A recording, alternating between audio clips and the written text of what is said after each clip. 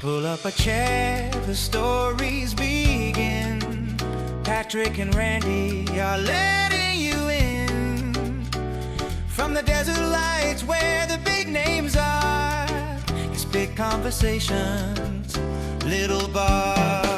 Athletes and dreamers, stars of the screen, leaders and builders, and all in between, sharing their journeys, how they've come this far. It's big conversations, little bar. Welcome to Big Conversations, Little Bar, the Coachella Valley's favorite podcast, recorded live at Skip Page's Little Bar in Palm Desert. Get ready for another fascinating hour of meeting people who make the desert city such a spectacular place to be. Now, nestled in their corner booth perch, well lubricated and raring to chat, here's Patrick Evans and Randy Florence. That is Howard Hoffman, ladies and gentlemen, and we are here, in fact, at Skip Page's Little Bar in the coveted corner booth. I'm here, the Barney Rubble to my Fred Flintstone. Randy Florence is here. Hi, Randy. Well, I'm glad you're here. I'm glad you're here. Welcome. How are things? It has been an incredibly great month. What of this month has been incredible for you? I'm very, very close to getting a dog. That is exciting. Very, very close. You've been talking about and this. it could happen. What did they say on the news? As early as tomorrow, which basically means it could be any day in the future, but it could be as early as tomorrow. Where have you identified said dog? Lucy. I'm introducing everybody to Lucy. Lucy is in my development and was abandoned in the development, and somebody knew I was looking for a dog and called me. And I've fallen in love with Lucy. Oh, what kind of dog is Lucy? Lucy is a mix between a terrier and I'm assuming a dachshund because the ears stick straight up like a dachshund. No, dachshunds have floppy ears because I have two of them. You're the one that told me you thought it was half dachshund. Chihuahua? Oh, I saw a picture of Lucy. That's right. Chihuahua? Do they Chihuahua. ears stick up? Yeah. Oh, can we start over? Nope. Well, can we start over from Here when you we go. screwed up Howard Hoffman's name? Yeah, I screwed it up twice, and I also screwed up Fred Flintstone's name. But who cares? You know, the most important name is Miss Jane Guy. Yeah, Jane Guy. We should have her on the podcast. I would love to have her on the podcast. She won't be seen in public with us. I'm too busy. She's way too busy. Wait a minute, she's right here. Miss Jane Guy is here. How are you? Good, thank you. Thank you for asking. Lovely manners. Well, we're delighted to have you. And we're not usually this polite. And it won't be by the end of the show. Seldom are we this polite. No, I'm really, really excited to have you on. I prefer to introduce you as Bitsy. Thank you. Your alter ego. Bitsy Bouvier Beale. And I will admit that during the first act of Skippy and Bitsy, I was a little confused which one was Skippy and Bitsy. I figured it out, but because you're... Skippy's also confused. As played by previous guest Terry Ray. Yes. In your wonderful Christmas... tell us the genesis of Skippy and Bitsy, because it's hysterical and as crazy as it comes. Well, Skippy and Bitsy, of course, in their own minds, are very, very popular TV stars from the 60s who've never really broken out of the 60s. And they do a Christmas special every year, and it's the filming of their TV Christmas special with guests coming in, guests coming out. Sometimes they think the camera's off, but the camera's on. Their own belief in their own ability to sing, dance, and tell jokes. It never wanes. And sometimes we actually have superstars like Patrick Evans turn up. I was in a small recorded part, but it was one of my favorite things to do because I actually got to recite the opening monologue from Star Trek. I had no idea it was going to happen, so it was awesome when I was sitting there and I'm like, fuck, I'm listening to him again. There's no escape. There's no escape. And then we had to nearly break up because I referred to that Star Trek uniform as a costume. It's not a costume. It is not it's a a costume. uniform. He's got several of them that are costumes, but They're not costumes. They're not costumes. Uniforms. one of them's a uniform. There are multiple iterations of uniforms across, starting with the Get your shit together, please. 2260s. If you knew how often this was discussed on the show, you wouldn't seriously be considering the co-host job. She is seriously considering it. She's going to have to learn a lot more about Star Trek. So when I came to see Itsy and Yes. Skipsy and Tootsie and Pootsy. You want Yes. some of mine? Because you sound pretty, authentically hammered right now. I will be. Look what you two have reduced me to by introducing the microphone. A martini with a straw. With a straw. That may be the first time I've ever seen it. Yes. I went to a matinee show this season. Matinee always has a certain thrift store smell, doesn't it? Yes. I love a matinee. I love a matinee Where too. do you put all the walkers? I don't know. Now, That may be one of the funniest things I've ever heard in my life. I had not previously seen the show. Well, shame on you. So when the dancers came out to do their sister's song, I was thinking, God, feathers would just be amazing right there. But there were no feathers. Oh, you came to that one. I came to that one. That is Terry Ray's fault. What you guys did, I have With to tell hand you, feathers. for somebody who is trying his hardest to figure out what to do on stage, sitting back at the end of that and realizing how you guys came through, not your most perfect performance, and made it an amazing time for the audience. That was just really cool, and I have to congratulate you on that.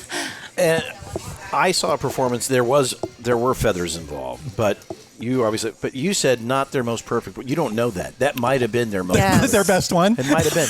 I don't know. I'm right here, Patrick. I'm sitting right here. Did You're they a have very feathers? hurtful boy. Did they have dancing feathers in your performance? There were actually feathers.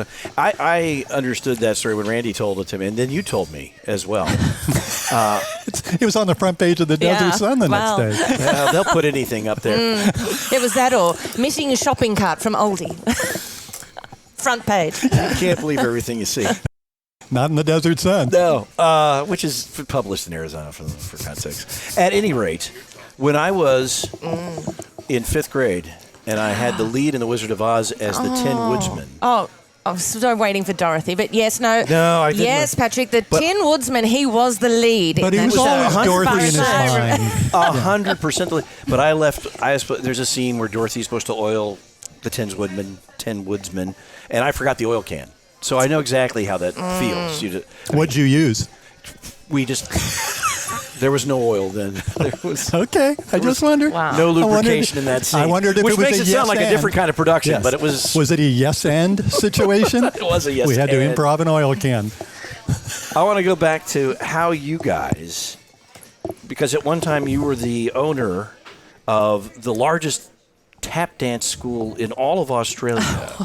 I think people might have noticed an accent. So I want to explain that. What? A dingo ate my baby. God, this is going to be the most heavily edited episode.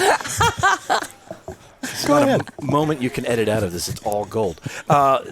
So tell me about that. You grew up in Melbourne, correct? I grew up in Melbourne. Melbourne. Yeah, Melbourne. Thank you very much. I've been there.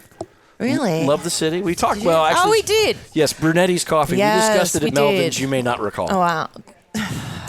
Were you drunk then? I've never been drunk, but I have a memory lapses sometimes. Brought on by liquid medication. Yes. Let's just go with that. But yeah, Yes. so I love Brunetti's and I love Yes. the lanes. It's a lovely That's city. what I miss, coffee. Get Not your the shit same here. together, America, on the coffee front. Do we have bad coffee Apparently. compared to Australia? Seriously? Well, Brunetti's is this great Italian coffee shop. There was Okay. a large Italian migration to Melbourne, in particular in Australia. I think prior to the mass exodus of Italians to the United States. Somewhere in that range. So how's the coffee? The coffee? It's amazing. Is it better there? Yes. Okay, that's really where I was going. You know that Melbourne is a sister city to Seattle. So The coffee capital. Seattle is another coffee capital, yeah. So it makes a lot of sense. You have a lot of brown sadness water here. Let's just put it that way. Is there a place I can go to get a good cup of Australian coffee here in the Here? desert? Dream on, my friend. No. Well, I sense that maybe you guys should do that.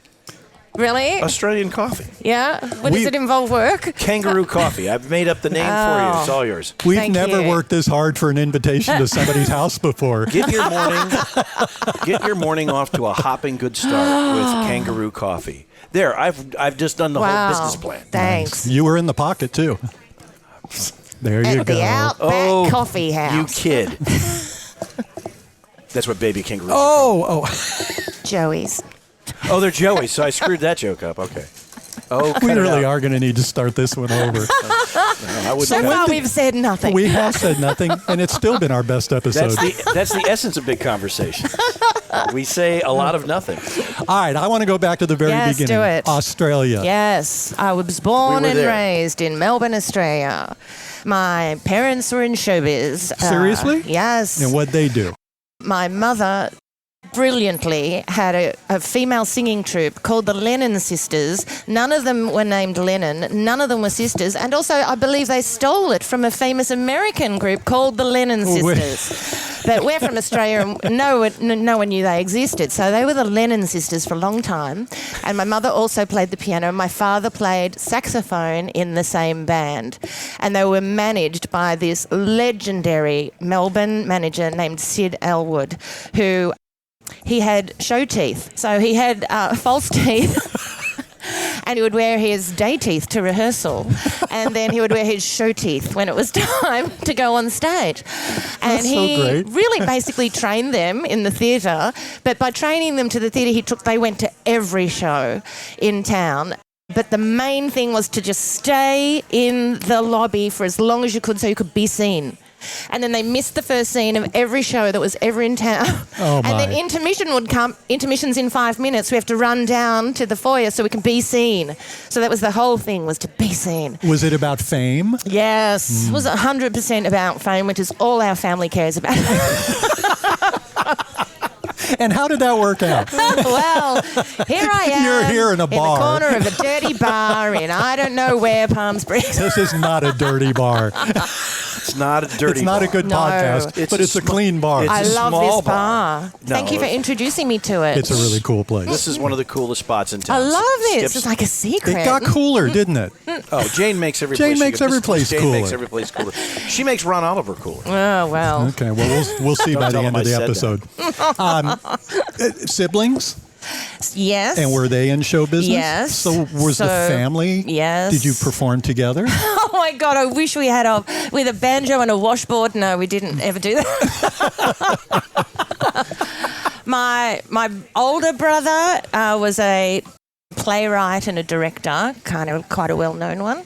And my younger brother, who gave it up to build houses because it wasn't a good path, he was a drunken clown named Shakes the Clown, who his gift was juggling and dropping all the balls. Also, in the family tradition, I believe there's an American famous clown called Shakes the Clown. So we just steal everything we have from your country. Well, we stole every TV show from London and Britain, so God bless. Shakes the clown. Shakes Yes. the Clown. I like that. Well, when we have Harpo the clown on the podcast, I'd rather meet Shakes. I think Shake sounds like a lot more fun. It does. So Shakes the family has the same was hobbies as you. This is not a hobby, young lady. I am a professional. And again, you've forced me to drink a martini with a straw. Well, Mm. So what was your first time on stage? Hair dries up, girls. Here's the story. So I was a little dance toddler, scarred by it, had to leave it for years. My mother, all the mothers of the troupe were handed some striped fabric and told to go away and sew our milkmaid costumes for the big opening performance. And my mother, who didn't know a thing about sewing, was furious and said, as soon as this is over, you're never going back. So made the costume, but, slaved over making this costume because she couldn't sew. So she didn't have it done till the night before the show. The day of the show, all the milkmaids come out. 9 milkmaids have horizontal stripes and 1 milkmaid has vertical stripes. And we were supposed to have these rubber lambs for some reason, that we were to hire these rubber lambs. And my mother said, I'm not hiring that rubber lamb because the butcher has a perfectly good rubber lamb. So our butcher just near the lamb chops, used to have a little rubber lamb just to point out you're about to eat a baby lamb if you buy a kilo of that. There's nothing better than Australian lamb. So thank you. That's put a pin in that, Patrick. That's another story. You get a cup of coffee with it. So you got the butcher's rubber lamb, and you smelled like a lamb chop. I smelled like a lamb chop. Dogs followed me around, and my stripes were going in the wrong direction. And I thought, showbiz is for me. But isn't the vertical stripe more flattering? Thank you. Honestly. And did you get a reaction walking out looking differently than everybody else? And did that kind of like, I like this. I like it. Yeah. or perhaps it was the aroma of lamb. I mean, it could have been right? the lamb. I've wooed so many men with a chop between now and then. Oh, man. All right. So, where do you go from there, Randy? I can't wait to find out. Yeah. This has been another great episode. Big conversations. What? We've got 55 minutes to go? Yeah, we've got a whole hour still to go. No, I want to know. Wow. All right, so you were a child performer, yes, showbiz there family. I was. When did you learn the great art and skill of tap dance? Well, the Melbourne Theatre Company had a youth troupe for a little while before they realised that was working with kids and was a terrible idea. But before they realised that, they had a youth company that my brother and I were both in, and that's where they taught us to tap for the first time. And that is a skill that you pass on. Now you, to this day, teach tap. I do. Despite my bleeding twigs, my poor sore legs, I still put it out there for the people, Patrick. Just a giver. I am a giver. Well, you had a great tap scene in Skippy and Bitsy. Let's call it that. Well, there was a tap scene. Yes. Well, that's going to be on the poster next year. Patrick Evans quote. It was a great tap scene. It was a great tap dance. I will. It was the greatest tap scene I have ever experienced in live theater. The only? I didn't say that. Some things are just implied, though, aren't they? How old were you when you started the tap? The age question.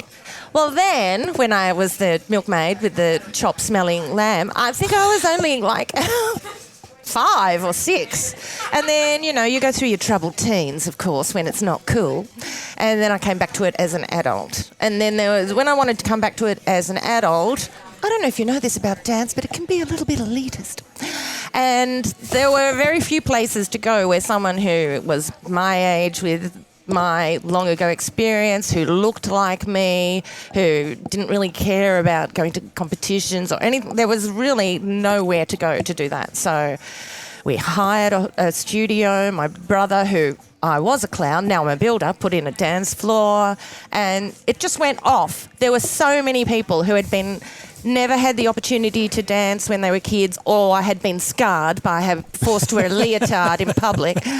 There were so many people who were the same as me, who I want to dance, but I don't want to do the big thing, and so it was great. And we ended up doing these giant shows in the biggest theatres in Australia.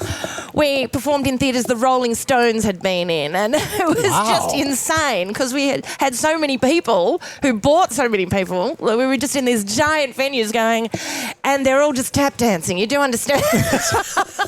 It's a tap dance show. We're just tap dancing. Now, so you start tap dancing at 5. Was there a plan? Was the family like saying, hey, we're all going to do this and eventually we'll become the Partridge Family or something? That's the way I saw it, but no. No.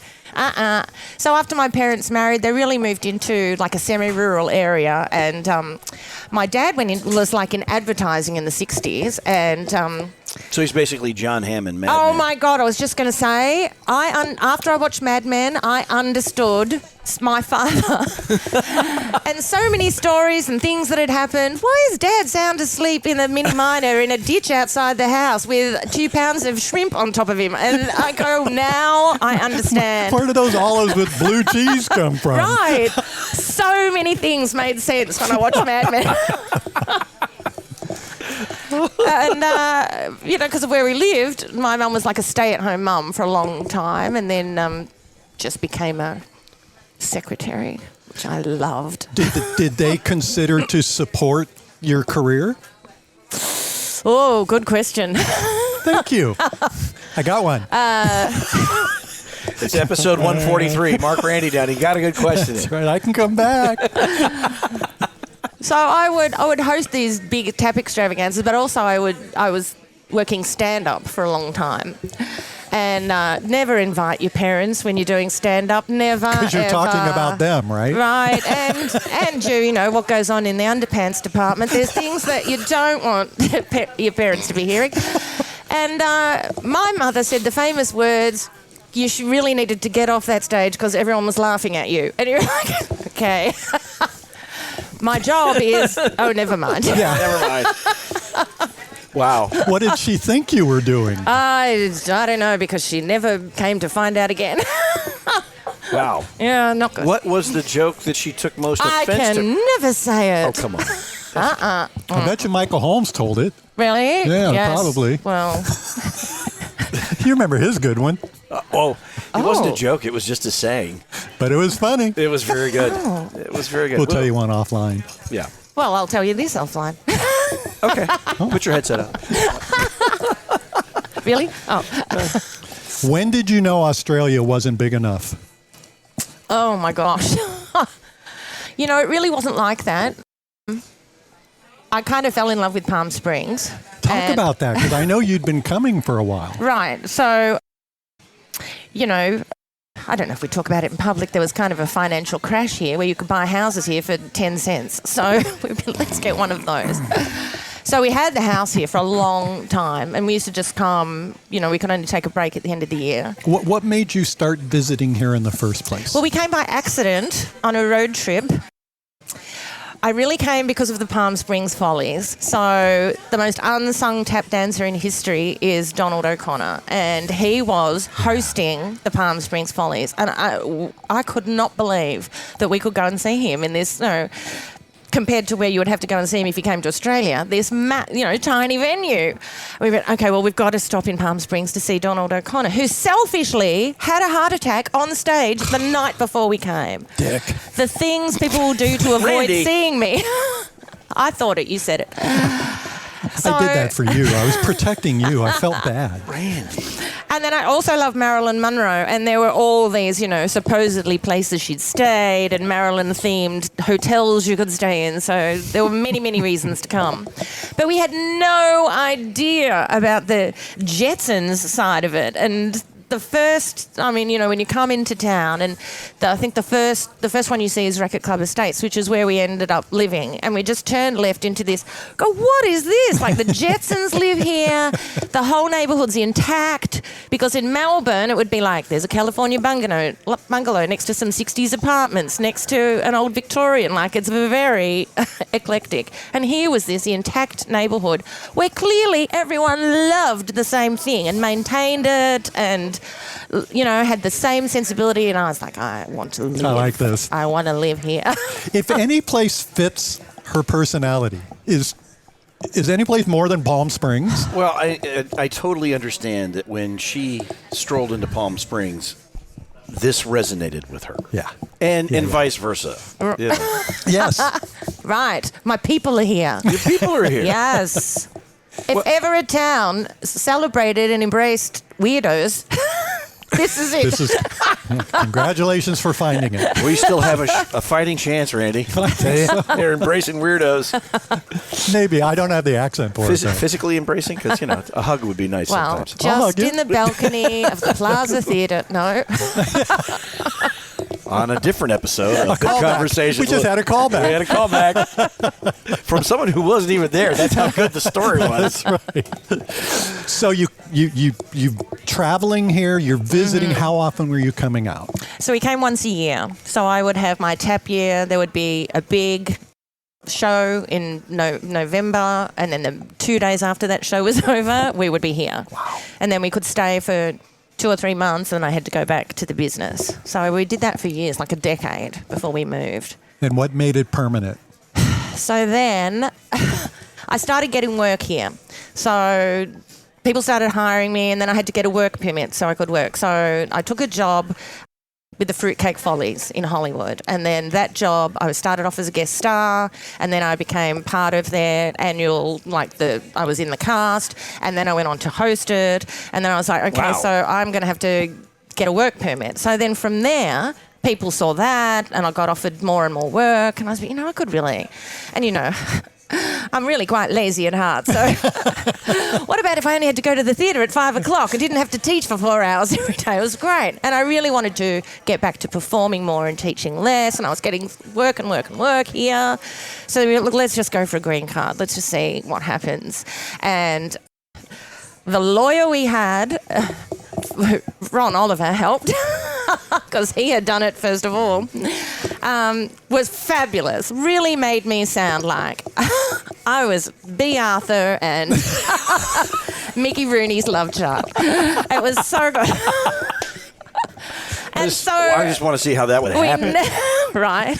Well, someone has to stand on a chair for a start. So there we were. I'll sit under it.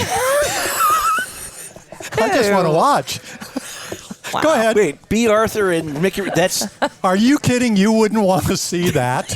My voyeuristic dream is to watch B. Arthur and Mickey Rooney going at it.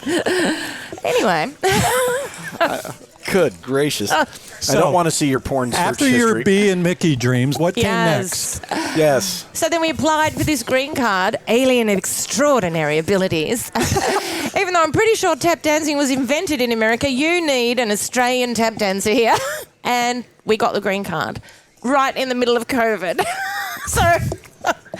And they were like, planning. yeah, Well, in COVID in Australia, you guys were really severely locked very, down. very strict. Well, as my brother-in-law is from Melbourne, and he said there was travel restrictions. You couldn't go more than 5 or 10 kilometers Correct. from your home. Wow. One person could leave the house for 1 hour a day to do what they had to do. Everything was closed. We were really in the house, and you could get an exemption. It was like they were checking your papers if you were on the street. If you don't have a reason to be out here, you have to go home. And God, that never happens. Sort of like right here. well, Oh. Meanwhile, That's popped back out. in I'm the sorry. present, Let's all the things we're not saying. didn't say it. we just said it. I didn't say it. Jane and I did. I will never say it because I'm an immigrant. I won't say a thing. I could be. There's so much I don't know. Really? Oh, yeah. Wow. Don't look at me like that. Now I'm nervous. I'm a citizen. This is, Well, I just assumed you came when you were like 30 or something, and you obviously can't remember what happened before then. 75 years well, that ago. feels like that felt like an age joke. It did. But it's okay. It sort of landed like an age joke.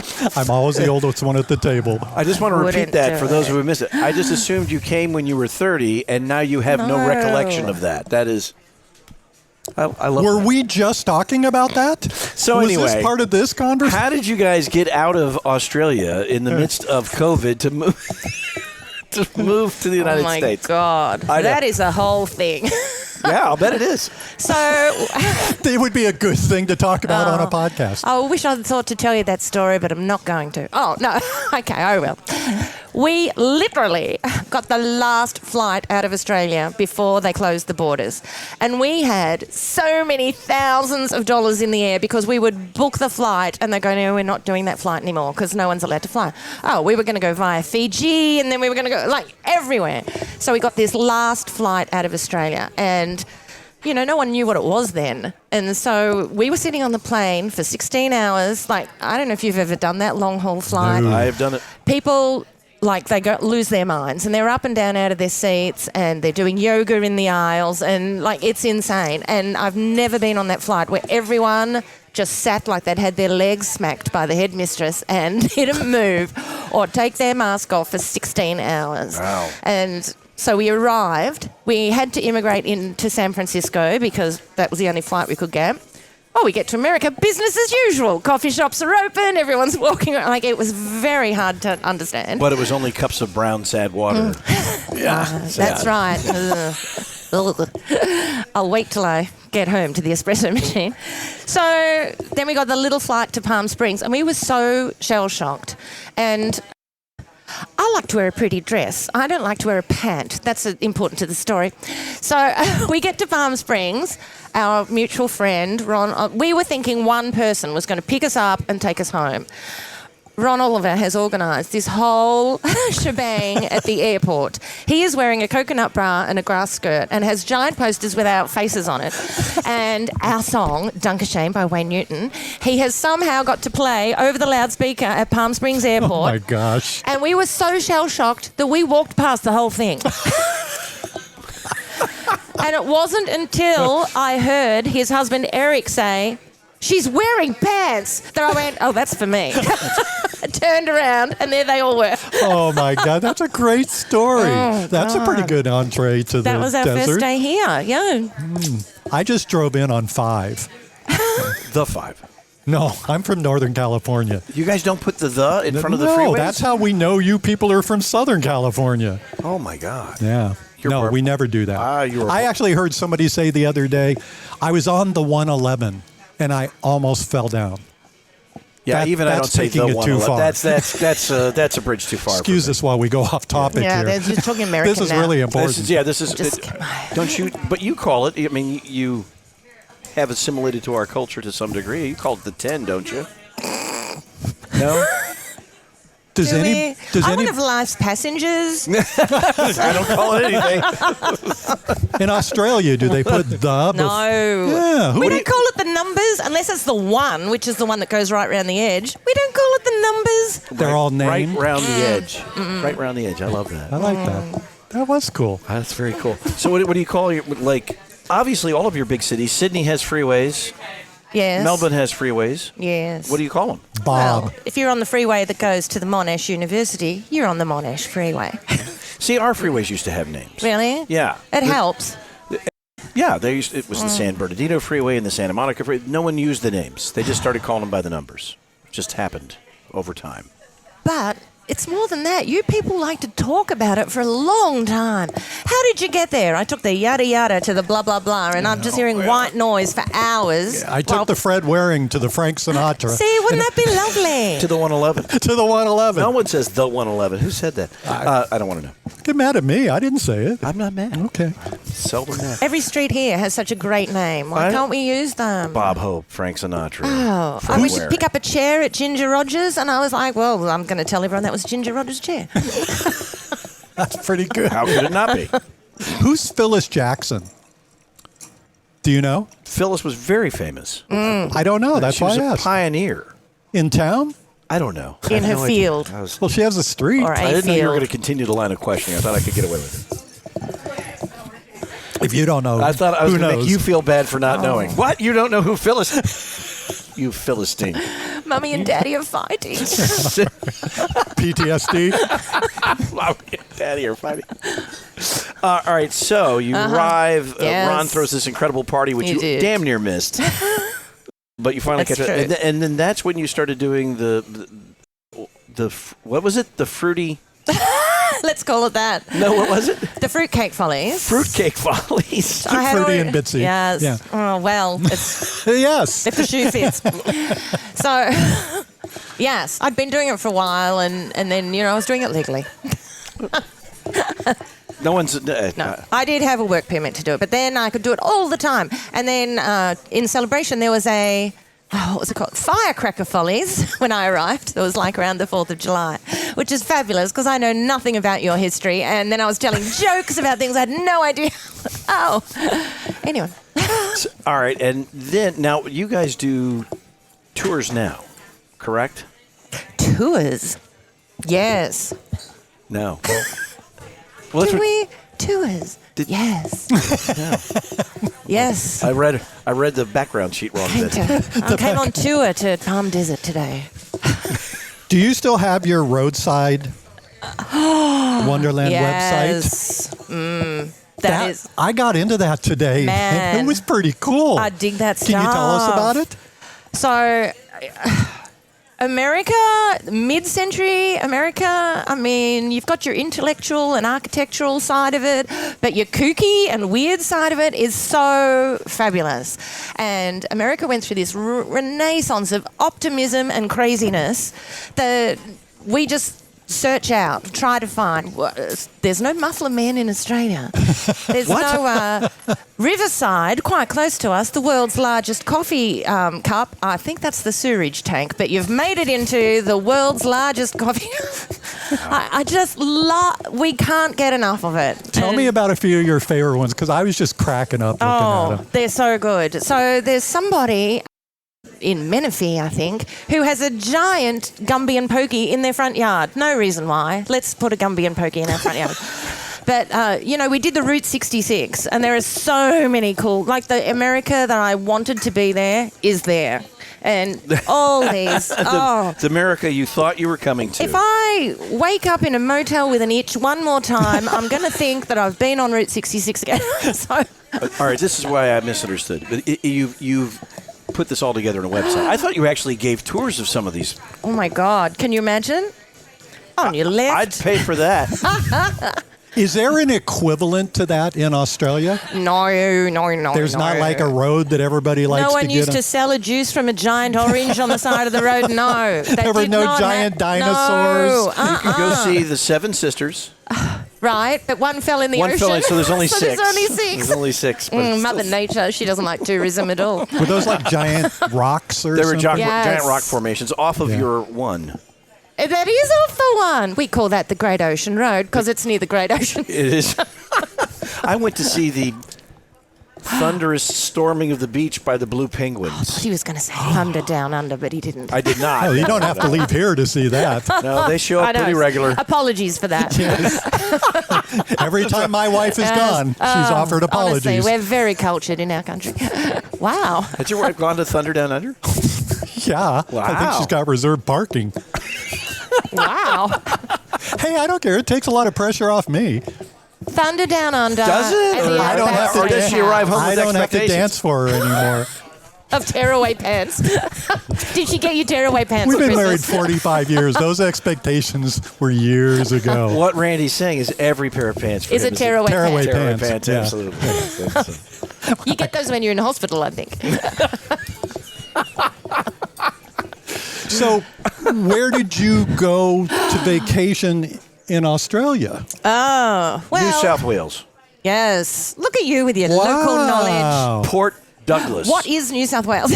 The northern part So- of For Australia. $500. Alex. We, Grant and I, my boyfriend, we took a year off life and we drove around the one that goes around the edge. So all of it, we saw everything. Not even all that road is made. Bit of dirt road for a while. You've got your Ayers Rock in the middle. That's very popular. I got vertigo on Ayers Rock. Really? Yes. How high? How, was gonna how say it had to tall be- is Ayers Rock? Oh, it's taller than a thing. Mother Nature's. That's how we describe it. Mother Nature's Eiffel Tower. I don't know. It's big. And I got stuck. I got frightened and got stuck on Ayers Rock. Oh, man. And Really? couldn't go up, couldn't go down. Grant had to go and get the park ranger to pull me off. At the same time, and I do love your country, I live here, a busload of American tourists arrived at the same time with binoculars, just looking at me get rescued. Oh my God, she's stuck on the rock. And then, I hope no one notices I've been stuck on the rock and had to get carried down by the ranger. No, they all applauded. You got an applause. When I did. So then I wasn't mad Been because performing for Americans for applause years. at any cost. Yeah. I don't. I know that it's like in the middle of a desert. It is. Right in the middle of the It my is wife right has in the been- middle. I've never been, but my wife has. It's a commitment to go. But it's only 1,400 feet tall. It's not that big. Oh, look at you and your Googling. I can Google. 398 meters, Ayers Rock. You get What's a meter? Oh, About look, 3 I was feet. going to say 399 metres, but I was just guessing. I'm sorry. You were so close. So sorry. Were there other Get parts? to know your own country. Were there other parts of the United States that were a possibility for you to end up, or was it Nuh-uh. always going to be Palm It was Springs? always, well, I mean, as a child, naturally, I thought I'd end up in Hollywood. Then I saw what Hollywood is and changed my mind. No, I've Everybody never. who's anybody in Hollywood has a place out here. Right? Yeah. Yes. You too? Well, not the same place, but you both have places out here. Well, we are in show business, so We that's are our in show business. business. You are too. This counts as a show. Ish. Ish. So you fell in love with Palm Springs. Yes, you made it home. for real. When did you love meet affair. Terry? How did that all start and why? So why? Wow. Why, Terry Ray? Why? Why did you? Terry Ray. Why? What the hell were you So Terry thinking? is also in the Fruitcake Follies. So that's how I met Terry. And, you know, because all the rehearsals are in the Hollywood. So we would carpool because I'm like one of life's passengers. So, and that is really how Skippy and Bitsy came to be. Because we were like, imagine if we didn't have to drive for 5 hours every... Oh, my God. Can you imagine those two in a car for that many hours? Oh, it was a dream come true. And we really built that whole show on those drives to and from rehearsal. This year's edition was heavily rooted in some great 1960s science fiction programming, including Star Trek. But there was this tremendous piece that you guys did with the robot from Lost in Space, another classic 60s sci-fi series. Little bit of trivia: they pitched Star Trek to CBS, and CBS said, "Oh no, we've already got a really hardcore sci-fi series called Lost in Space." That's the truth. Wow. Yeah. And what's really weird is Billy Mummy's been all over local Instagram over the last couple of days. Is he here? I know. It's like his 70-something birthday. 72. 72. Billy Mummy. Is he here with you guys? I don't know how big Ayers Rock is, but I do know how old Billy Mummy is. Billy Mummy also appeared in an episode of Star Trek, so he's done both. Did he now? He did. But that's... I'm way off track. But you guys did this. Your husband is an enormous... He is, thank you, he is. Now, let's get past that Wow. because I'm getting uncomfortable. Well. That's, by the way, that's just simply hearsay. I've only heard. I was like, no, he's an enormous... Again, the You balcony said of the it Plaza again. Theatre. We've all got our jams and jellies to sell. He's a big fan. Yes, He's an a enormously devotee big fan. of Lost in Space. He is. And he built a replica of the robot. He 3D printed a Seriously? life-sized B9 robot from That Lost was the in Space. when you saw Skippy and Bitsy, the robot. That was the one he made? He built that robot. that had the flashing bubble. Very cool. He That is did. rants. I got to go now. And he's I'm gonna go over currently and talk to him building for a Robbie little the while. Robot. He's doing a second one, Robbie the Robot. From Yes. The Day the Earth Stood that Still. thing, yes. No, Forbidden Planet. I'll One of just those tell two. you right now, if it's from Forbidden Planet. Forbidden Planet, right? Forbidden Planet. iRobot. He had a birthday party, like that robot. Can it live in the house? No, it can't live in the house. It can live in the garage. So he had a birthday party that I was standing in the living room by myself going, where are all our guests? And I walked to the garage and everybody wanted to. The robot was the VIP of the whole party. Everyone was in the garage. I just want to be near the robot. You got to be kidding me. Like, that robot is not in the house. That should be in the house. Kind of feels like everything in the house should be built around that robot. It's a robot house. And that's how the three of us broke up. That's when she decided not to co-host I'm with out. you. She might be lured back. Right now, John's like, I wonder if she'd do the show by herself. What do you, John? He left like 10 minutes ago. John's out. I can see John loves Candy Crush, but never mind.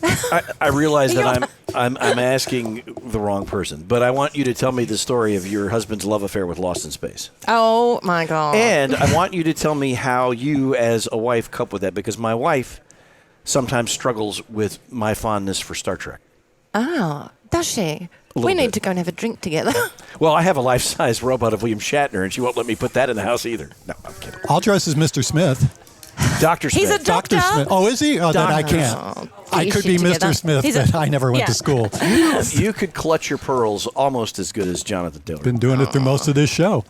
Go ahead. Wouldn't you like to be friends with Jonathan Harris, though? Oh, Jonathan Harris. If we can't be friends with Paul Lind, let's be friends with Jonathan Harris. It would be so good. One of the great campy performers of all time. So good. So good.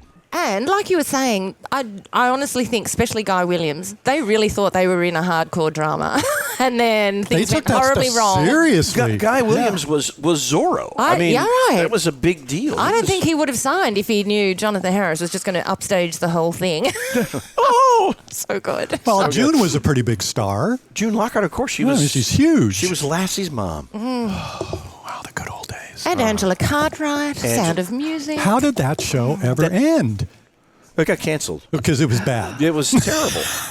But in such a good way. So good. Such a good way. But so, I go back to my question. How did he fall in love with that program, especially from Australia? And how do you cope with what seems to be an addiction? Let's call it a love affair, because many times I'm like, oh my God. Yeah. He was born with that, by the way. Star Trek tattoo. Isn't that weird? That's not a tattoo. Really? It's a birthmark. I think Damien, the devil child, had it. Oh, that one's right here. It's over here. It's behind my left ear. Wow. Okay. Yeah. I'll have to move over a little bit so I'm not quite so close to you.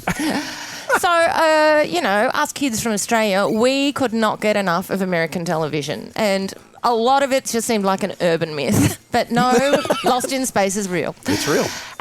So I think that childhood love of, and also Lassie. Grant used to cry when Lassie was over and his mother had to tell him Lassie was coming back again tomorrow. And the same thing with Billy Mumi. No, not really. So, loved it. Look at him waving. I'm right here. I can hear what you're saying. Hearing every word of it. What was your Yes. biggest surprise about America when you got here? You mentioned a moment ago that we all seem to believe that shows like that were real and stuff.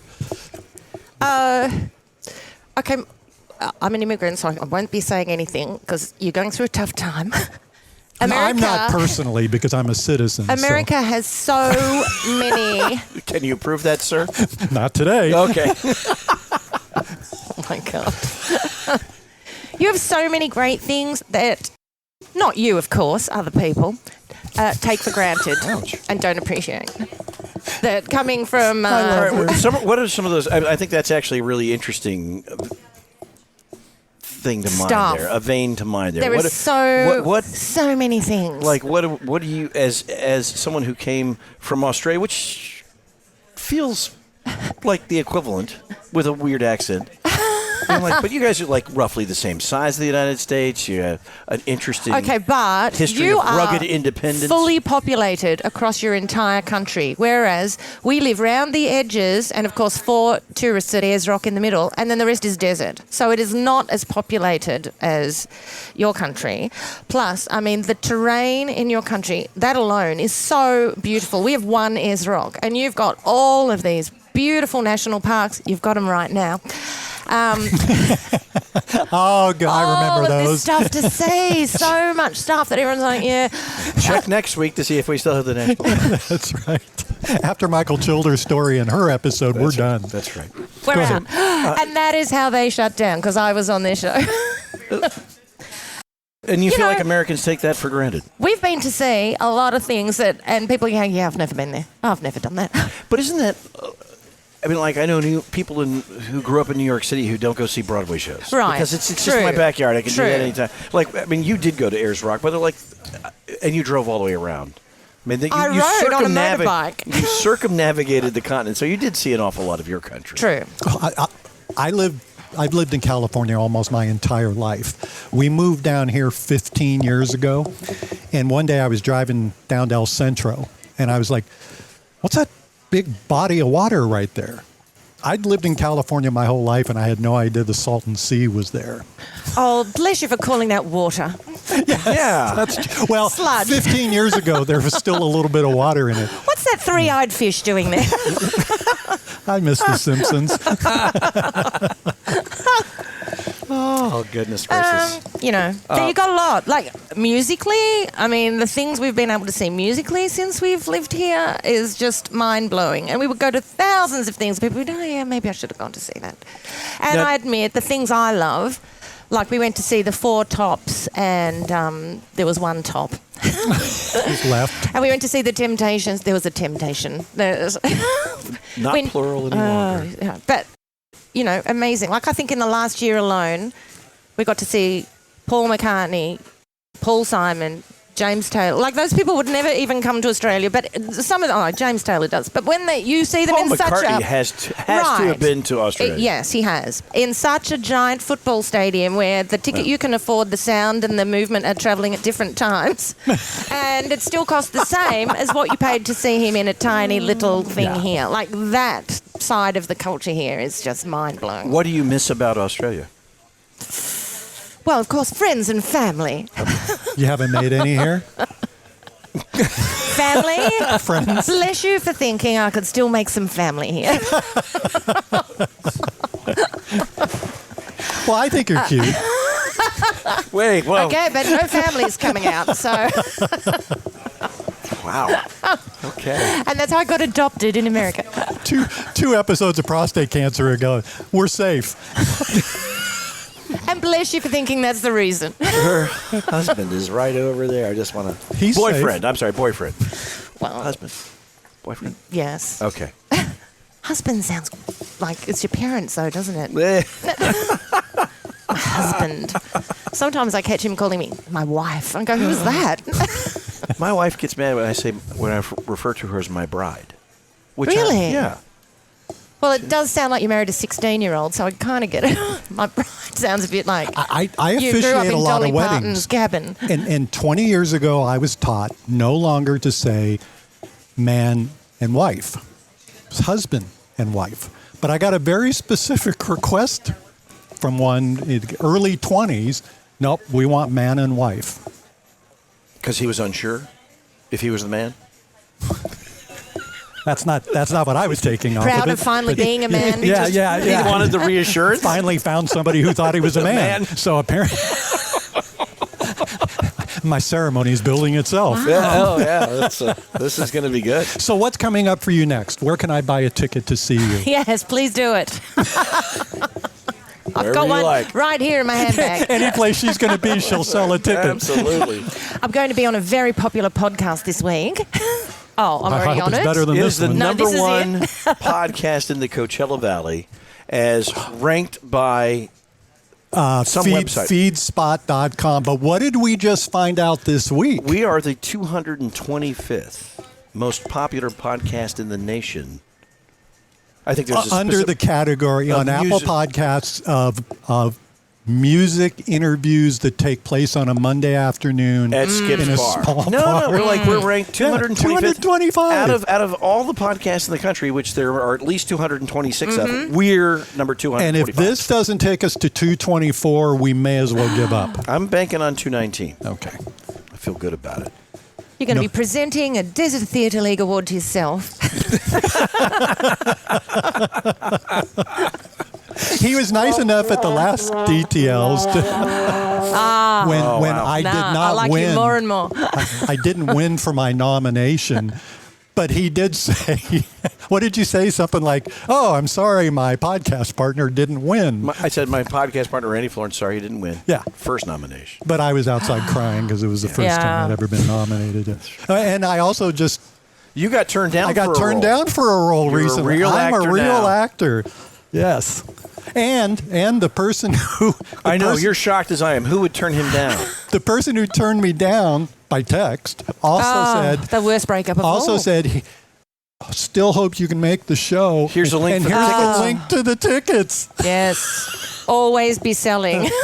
Always be selling. I had a 2-word response when I saw Yeah. Really? that. What were the letters that those Neither two one words of them were started going to get with? me on that stage. So, but I feel like I got the full experience. You know, and you're both in that arena. No. We are not. You are. She is. You're- I'm ish. I could teach you to tap, and then Could you? and then then you'd have you'd be a more triple skills than threat. me. I can barely Right? walk. You'd be the triple threat. Dance, sing, Captain Stick Slick. Shift. Captain Slick and the Stick Shift. I thought the And triple that- threat was tap, pogo stick, hula hoop. Also that was my... What is there like a minor league EGOT? Is there minor something, league, something yes, like minor really, league. really down low that I? I did tell, because Steven Spielberg won a Grammy at the Grammys this year, which makes him an EGOT. Ooh. And I told Angela and Jeff that this morning, my co-anchors, I said, look, you guys, you're in rare company. You're only 3 wins away. I mean, you both have Emmys. You're right there. Like, it's pretty impressive. Then you had to tell them what an EGOT was. No, they knew. They Oh, totally okay. knew. No, they totally knew.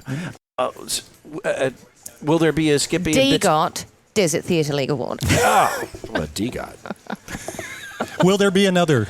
which is very Skippy close and to an Bitsy. FGOT. I'm sorry to tell you, there will be another Skippy and Bitsy. Do we have to bring our own feathers? Well, the person responsible for putting those feathers on the stage, Terry Ray. Yeah. I gave him the side eyes that burnt a hole in the side of his face that he will never recover from. So I don't think You're in the very feathers good will ever company. be forgotten It again. was so funny, though. You're in very good company. It was Mel Brooks himself who said, "We've heard from the fans, but we're going to make this movie anyway." And he made Correct. Spaceballs too. And by the way, if you've not seen his new documentary by Judd Apatow, amazing. Mel Brooks, really fantastic. I've not seen it yet. Yeah. All right. Check it Before out. we wrap this up, I want to bring your boyfriend / husband. Can you come over here for a moment, Grant? Because there is a. I'm gonna. John, can you give him your headset for a brief moment? I'm surprised you didn't take mine. He's always looking for a reason. That's Showbiz. next week. It's the worst. All right. You are an enormous fan of Lost in Space. Yes.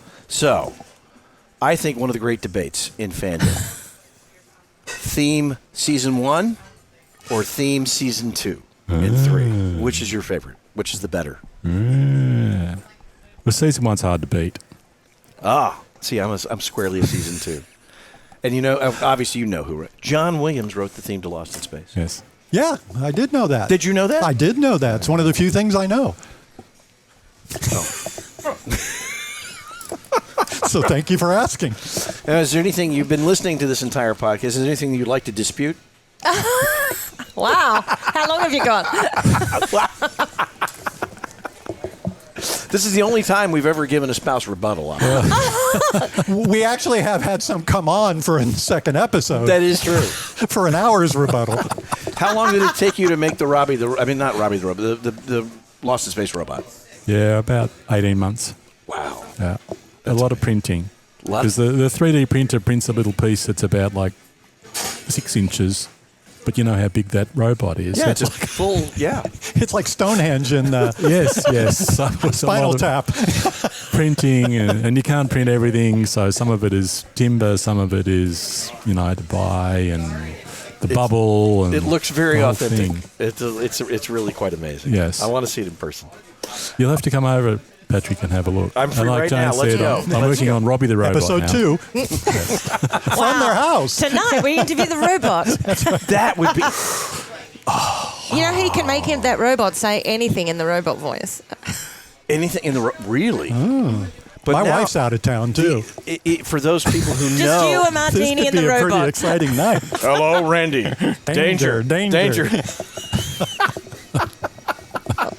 But, the question would be: do you put the headset on his head, or do we have to put it down on his bubble where he actually speaks from? Yes. It's very Yes. complicated. That's It'd have to be insider down there, information. Yes. All right, ladies and gentlemen, Grant, thank you very much. Thank you for inviting me.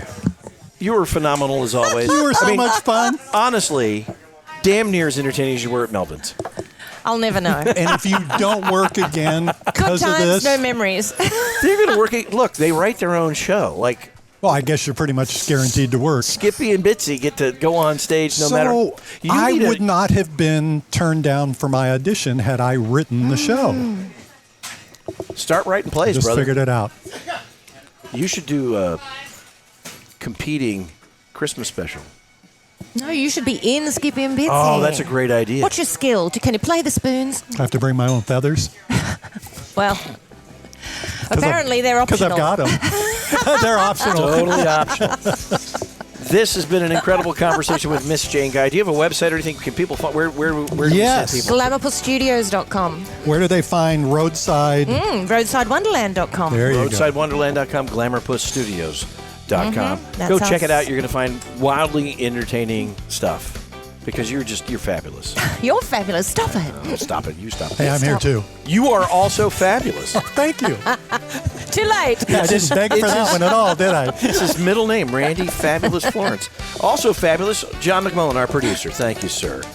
And thank you all for listening. You please subscribe so you never miss another edition. Big Conversations, Little Bar. I'm Patrick Evans. Thanks for listening.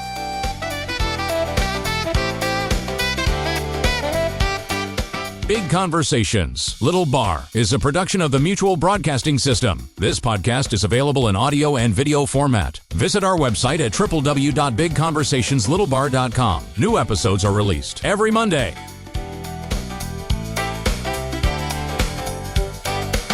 Athletes and dreamers, stars of the screen, leaders and builders, and all in between, sharing their journeys, how they've come this far. It's Big Conversations, Little Bar, at Big Conversations, Little Bar.